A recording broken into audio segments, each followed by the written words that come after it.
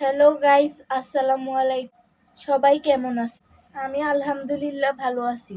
এইমাত্র স্কুল থেকে আসলাম, দেখলাম আম্মি নাস্তা বানাচ্ছে, তাই ভাবলাম আপনাদের সাথে একটু শেয়ার করি। চলুন দেখি এবার কি বানায়। এখানে কতগুলা পাউরুটি কেটে নিয়েছে, এখানে নিয়ে নিচ্ছে কতগুলা ডিম। দেখুন ডিমগুলো এক এক করে ভেঙে নিচ্ছে। এবার দিয়ে দিচ্ছে চিনি পরিমাণ মতো, যে যেরকম মিষ্টি খায় আর কি। চিনিগুলা মিক্স করতেছে ডিমের সাথে, স্বাদ মতো লবণ। এবার দিয়ে দিচ্ছে গুঁড়া দুধ। এবার সবগুলাকে একসাথে মিক্স করতেছে। এবার এতে সামান্য পরিমাণ গরুর দুধ অ্যাড করা হচ্ছে। চুলায় তুলে দিলাম একটা কড়াই, এতে দিয়ে দিলাম তেল। এবার পাউরুটি গুলাকে ডিমে দিয়ে তারপরে তেলে দেব। তেলে দেওয়ার পর দেখো এক একটা ডাবল হয়ে যাবে। এগুলো হয়ে গেছে দেখো। এবার একটা একটা করে তুলে নিব।